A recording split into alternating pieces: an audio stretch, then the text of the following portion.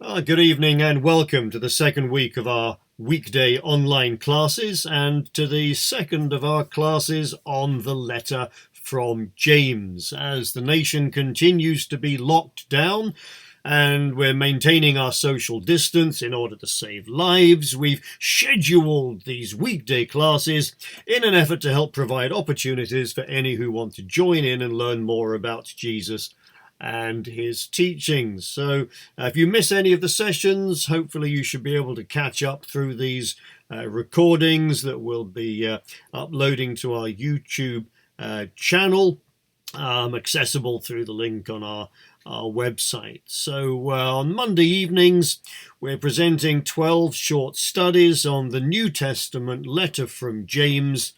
And the plan is to essentially hit the highlights, and we're going to do that using this as our outline. And here in our second week, we're wanting to see what James has to say about radical thinking. If you can think back to the late 1990s, there was a rather innovative computer company with a rather innovative advertising campaign that went something like this. And the idea in this was to, as the campaign title made clear, to encourage people to think different. It was a very simple message. Be prepared to think about computing in ways that were quite different from the norm. Well, the message of James, essentially, is that we must be prepared to think about everything in ways that are completely different from the world around us.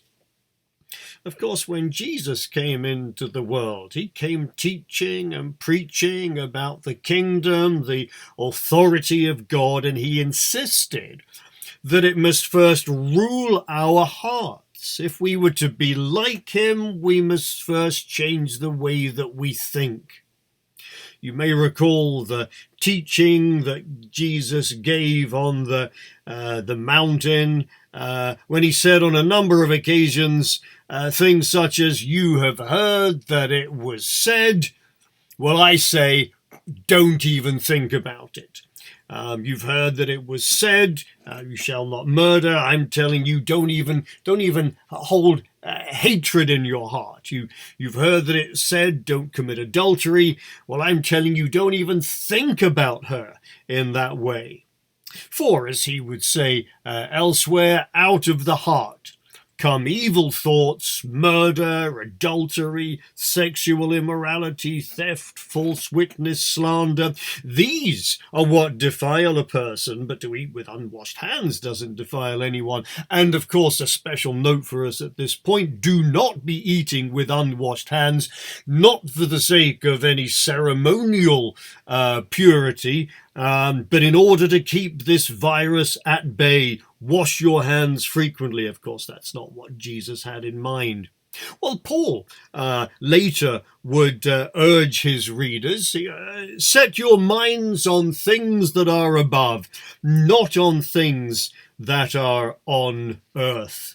And then elsewhere, when writing to the Romans, he would say, "I appeal to you, therefore, brothers, by the mercies of God, to present your bodies as a living sacrifice, holy and acceptable to God, which is your spiritual worship. Do not be conformed to this world, but be transformed by the renewal of your mind, that by testing you may discern what is the will of God, what is good and acceptable and perfect."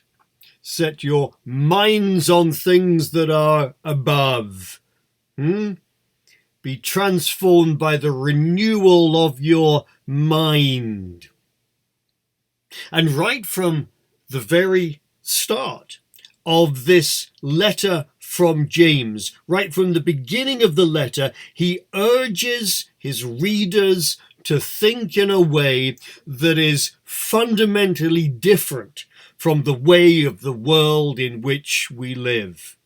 It certainly isn't all about going to church on Sunday, whatever that might mean. It certainly isn't all about acting in a religious fashion and saying religious things. It certainly isn't all about posting spiritual memes or Bible verses on Facebook. Not that all of these things are necessarily inappropriate, that's not the point, but we are called to be fundamentally different from the inside out. And that calls for a radical overhaul of the way we think about everything. We need some basic reprogramming. We need a complete switch of operating system. This is not about upgrading. This is about renewal. We need to get rid of the operating system of the world and replace it with that of Christ. And he urges us to do that in three particular areas. Firstly, he'll say we should think different about trials. Then we should think different, excuse the grammar, but carrying on in light of the advertising campaign of which we spoke, think different about money or wealth. Think different about desires and pleasure. Think different, first of all, about trials. And so the main body of the letter begins, "Count it all joy, my brothers, when you meet trials of various kinds, for you know that the testing of your faith produces steadfastness. And let steadfastness have its full effect, that you may be perfect and complete, lacking in nothing." Now this is most certainly quite shocking, and I think probably intentionally so. Count it all joy, my brothers, when you meet trials of various kinds. Either there was something wrong with James, or else he knew something the world doesn't know and that we might often forget. I mean, how does the world around us react to trials?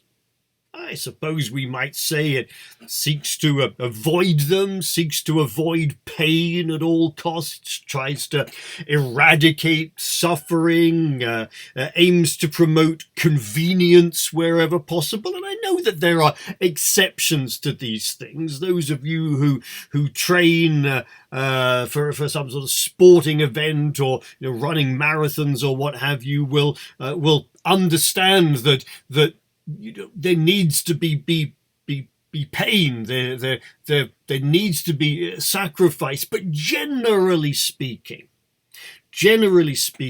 the world around us considers suffering as something which really must be eradicated, and understandably so in many ways. But how are we? How are we as disciples of the Lord Jesus to react to trials? Well, says James, we're not just simply to tolerate them, nor are we, just even to welcome them, but we are to welcome them with pure joy. Well, here is an underlying truth.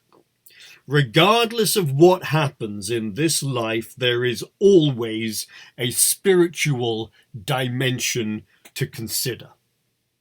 Things are rarely the way they seem through mere physical eyes. We have to learn to see things differently. And only when we learn to see things differently might we then think differently about everything. So why should we consider it pure joy? Well, because, quite simply, the testing of your faith produces steadfastness. Yeah? But we must know that the testing of our faith produces steadfastness, and that knowledge is all part of the new operating system. That word to know, for you know that the testing of your faith, it comes from a word in the Greek in which the letter was certainly originally written. It comes from a word meaning to learn to know, to come to know, to get a knowledge of, to perceive, to understand. And this is generally a knowledge that is backed up by experience. It's not just something that you can learn from a book. Yep. And without this knowledge, we can never see the joy through suffering. The unknown writer to the Hebrews alludes to this joy when considering encouragement for running the race of life. He urges us to look to Jesus, looking to Jesus, the founder and perfecter of our faith, who for the joy that was set before him endured the cross, despising the shame, and is seated at the right hand of the throne of God. Let steadfastness have its full effect. James continues, let steadfastness have its full effect, that you may be perfect and complete, lacking in nothing. That phrase there, its full effect, literally has the idea of its perfect work, where perfect is from the word teleon, generally has the idea of maturity. So what is the perfect work, the mature work, the full-grown work of steadfastness? Well, that we should be perfect and complete. The idea here is surely one of spiritual maturity. And notice here the first of several negative parallels which reinforces the principle. Perfect and complete, that's the positive. Lacking in nothing, that's the negative, but meaning the same thing. And there are a number of others we'll come across in just a little moment. That we should be perfect and complete. That word perfect, as we've suggested, used here again, often has the idea of maturity, and complete, a word that's often used of sacrifices which are complete and without defect. You remember when Peter and John healed the lame man in Jerusalem, as Luke is recording that. He quoting Peter and John there, saying how that Jesus has given the man this perfect health in the presence of you all. And that's the same word translated here as complete. His complete health. He was made whole, as it were. So spiritual maturity is dependent upon developing endurance or steadfastness, which in turn is dependent upon our faith being tested by all sorts of trials. We might say, well, there is no gain without pain. Spiritual maturity or spiritual completeness is dependent upon living by faith. Spiritual maturity is firstly here not measured in terms of knowledge, nor even in terms of understanding, but in terms of practical endurance in the face of trials. And when we know that, we will know to find joy in the face of those trials, knowing that we are being perfected through them. We'll say a little bit more of those trials next week, Lord willing. But we might ask, well, what about those trials that we bring upon ourselves? What about the decisions, the unwise, the bad decisions that we might make in life that lead to trials that are of our own doing? Well, even those we might learn to face with joy. And if this is so, considering all kinds of trials with which we might be faced, should we really be so upset when trials and difficulties come upon us? Well, certainly we may not jump up and down with joy, but do we help each other by reinforcing the idea that trials are always bad things? I mean, rather than always pray for trials to cease, as so often we do, maybe we ought more to pray for strength to see through trials. Maybe that way we might even see more prayers being fulfilled. We really need to abandon any sort of victim mentality that the world revels in, and rather seize the day and make the most of all our trials by faith. And James will have more to say about this next week.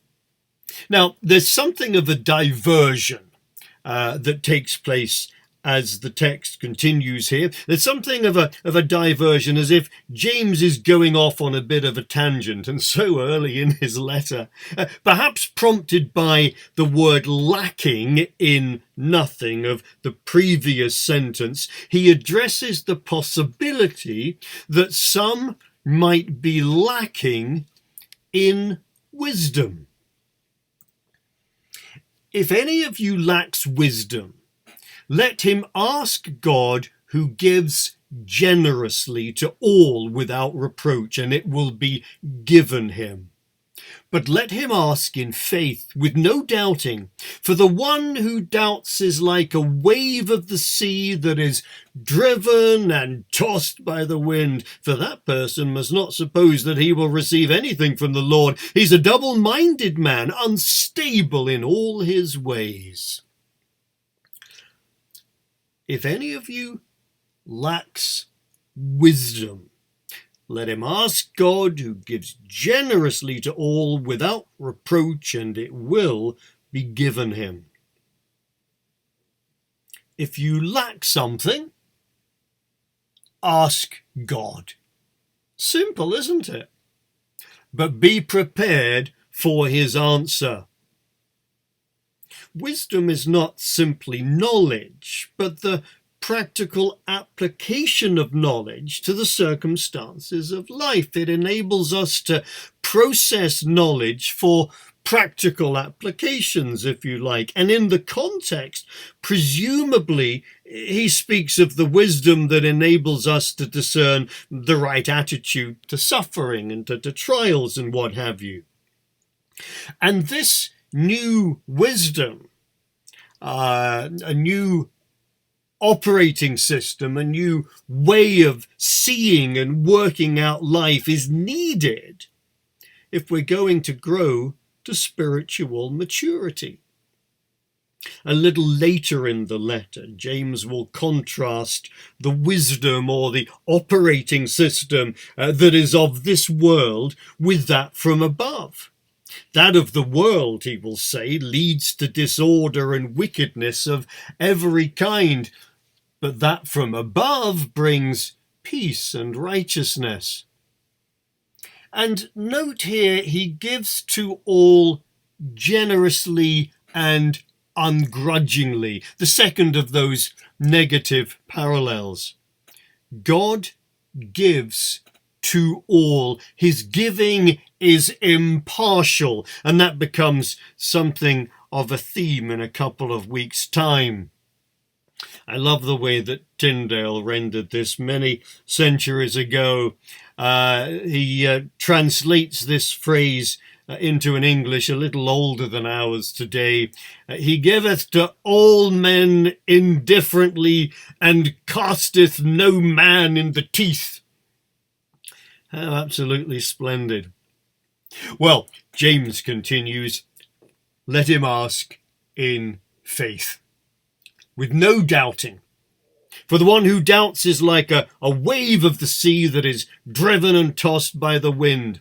Having addressed the manner in which God gives, now he turns his attention to the manner in which we ask. And emphatically he insists that we ask in faith. And I suspect that he has in mind here more than simply requests for wisdom. You know, these are words that could have come straight from the mouth of the teacher himself. Listen to him say, "Truly I say to you, if you have faith and do not doubt, it will happen. And whatever you ask in prayer, you will receive if you have faith." And then he'll tell us, "Therefore, I tell you, whatever you ask in prayer, believe that you have received it, and it will be yours." Isn't that amazing? We're to ask in faith, with no doubting. And here's another of those negative parallels to reinforce the vitality of faith, which here is to be a deep, confident, unwavering conviction. And to illustrate, James uses a rather graphic illustration that would have been familiar to any who had worked or travelled on the sea, like a wave of the sea that is driven and tossed by the wind. And he'll use a number of very graphic illustrations throughout this letter. "For that person," he goes on, "for that person must not suppose that he will receive anything from the Lord. He's a double-minded man, unstable in all his ways." The singularity of purpose is again emphatic. He will have more to say about the manner in which we ask God for things later, but this picture is striking. A double-minded man. Now, there's some debate as to exactly who is to be the subject of the sentence, but at the end of the day, there's very little difference in its meaning. The literal idea of this word is double-souled. And this is the very first time the word was ever used in the whole of Greek literature. Might even have been coined by James himself. But the point is clear. When it comes to the things of God, there is no room for two-mindedness. One cannot serve God and whatever the "and" might be. The picture is somewhat reminiscent of John Bunyan's Mr. Facing Both Ways in his Pilgrim's Progress. Well, moving on here with the text, James continues, "Let the lowly brother boast in his exaltation, and the rich in his humiliation, because like a flower of the grass he will pass away. For the sun rises with its scorching heat and withers the grass, its flower falls and its beauty perishes. So also will the rich man fade away in the midst of his pursuits." The subject of money or wealth is a frequent subject in the teaching of Jesus. For where your treasure is, there your heart will be also. No one can serve two masters. Either he'll hate the one and love the other, or he will be devoted to the one and despise the other. You cannot serve God and money, and I'm sure you're familiar with others perhaps. And the prophets had a fair bit to say about money and wealth and covetousness and greed as well. And other New Testament teaching records things of this nature. And so James here continues by saying, "Let the lowly brother boast in his exaltation, and the rich in his humiliation, because like a flower of the grass he will pass away." I would be surprised if his mother had not told him, perhaps later in life, of the time when the messenger had come to her and of her visit to her cousin Elizabeth in the hill country. Just after her cousin had declared, "Blessed is she who believed that there would be a fulfillment of what was spoken to her from the Lord," for Mary was most certainly a young woman of great faith. She then spoke those words that have long been known as the Magnificat. Listen to these words of Mary from the beginning of Luke's Gospel. "My soul magnifies the Lord, and my spirit rejoices in God my Saviour, for he has looked on the humble estate of his servant. He has brought down the mighty from their thrones and exalted those of humble estate. He has filled the hungry with good things, and the rich he has sent away empty." I wouldn't be surprised if James was mindful of these words as he wrote what he writes here. The New International Version translates his words a little more simply by saying there that the brother in humble circumstances ought to take pride in his high position, but the one who is rich should take pride in his low position. And this suggests that there were perhaps both rich and poor within the assemblies to which James is writing. And it would seem to be a mark of religious complacency that the standards of this world begin to take the place of those of Christ when he ceases to be the focus. And maybe that's what's happening here. We might ask, well, what difference should a brother or sister's wealth have? And the answer should be absolutely nothing. It is of no consequence whatsoever. For in Christ the world has been turned upon its head. And so he says in here that like a flower of the grass, the rich man will pass away. Of course, the poor will die too, but their departure may well be much less noticed.